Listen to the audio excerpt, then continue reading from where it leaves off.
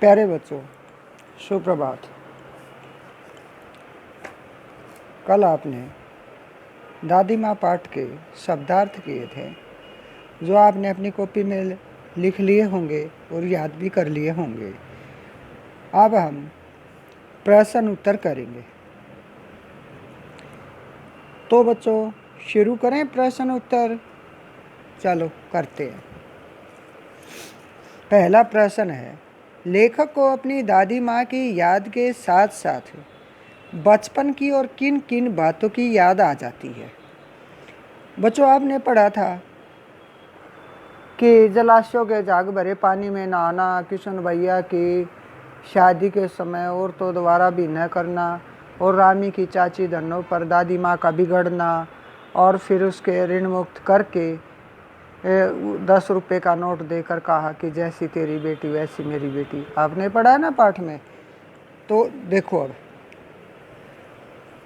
दादी माँ की मृत्यु की खबर मिलते ही लेखक के सामने दादी माँ की स्मृतियाँ होती है, यादें सजीव हो उठी थी। साथ ही लेखक के सामने अपने ग्रामीण दृश्य उभरने लगे। कौन से? जलाशयों के पानी में नहाना इत्यादि। कवार का महीना कौन सा बताया था? आश्विन मास, यानी जिस महीने में दशहरा आता है। गांव के चारों ओर पानी सिवान से बहकर आई। मोथा ये देसी घासें जो वर्षा के पानी में बहकर आई थी। अध गली घासें, जड़ें तथा अनेक प्रकार की बरसाती घासों के बीच सूरज की गर्मी पाकर विचित्र गंध छोड़ते थे।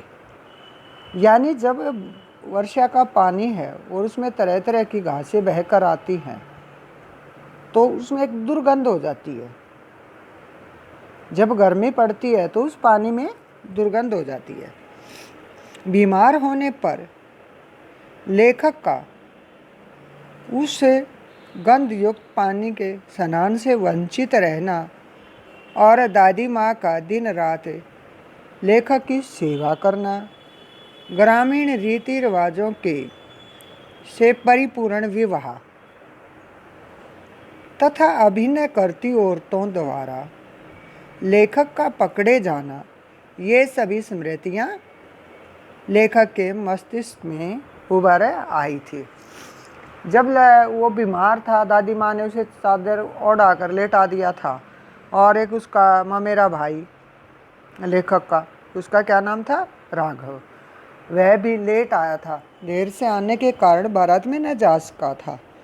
तो उन दोनों ने जो औरतें अभिनय कर रही थी, छुप कर उसे देखा था। इन बातों की याद आ जाती है। प्रश्न 2, दादा की मृत्यु के बाद लेखक के घर की आर्थिक स्थिति क्यों खराब हो गई थी? ये दादा है, दादी नहीं है यहाँ। दादा की मृत्यु के पश्चात उसके स्वार्थी मित्रों का व्यवहार तथा दादाजी के श्राद्ध में पिताजी द्वारा अत्यधिक धन खर्च करना और सभी धन उधार लेकर खर्च करना, किशन भैया की शादी में भी अत्यधिक धन खर्च करना आदि अनेक कारणों से लेखक के घर की आर्थिक स्थिति खराब हो गई थी। तो बच्चों, क्या कारण बताए? एक तो पिताजी ने दादाजी के श्राद्ध में अत्यधिक धन खर्च कर दिया। पैसा उनके पास था नहीं, इसलिए उन्होंने सारा पैसा उधार लेकर खर्च किया था। और दूसरा बताया, किशन भैया की शादी में अत्यधिक धन खर्च किया था, जिसके कारण लेखक के घर की आर्थिक स्थिति खराब हो गई थी। अब करते हैं प्रश्न 3। दादी माँ के स्वभाव का कौन सा पक्ष आपको सबसे अच्छा लगा और क्यों? देखो बच्चों, दादी माँ अत्यंत सरल, धार्मिक प्रवृत्ति की, परोपकारी व करुणा से परिपूर्ण महिला थी। दादी का दूसरों के प्रति परोपकारी स्वभाव ही उन्हें आदरणीय बनाता है। दादी का वात्सल्य परिपूर्ण भाव, वात्सल्य होता है बचपन का, हमें अत्यंत पसंद आया जब वह अपने पुत्र व पोते को आर्थिक विषमता में देखकर, यानी पैसे की कमी में देखकर, अपने पति की आखिरी निशानी कंगन को उन्हें यह कह कर देती है कि ये व्यवस्था में ही काम आती हैं। और बच्चों एक बात और थी कि दादी परोपकारी थी, जैसा कि बताया गया है ना इसमें, दादी परोपकारी थी। उसने रामी की चाची धन्नो को ऋण मुक्त किया था, पढ़ा था अपने पाठ में।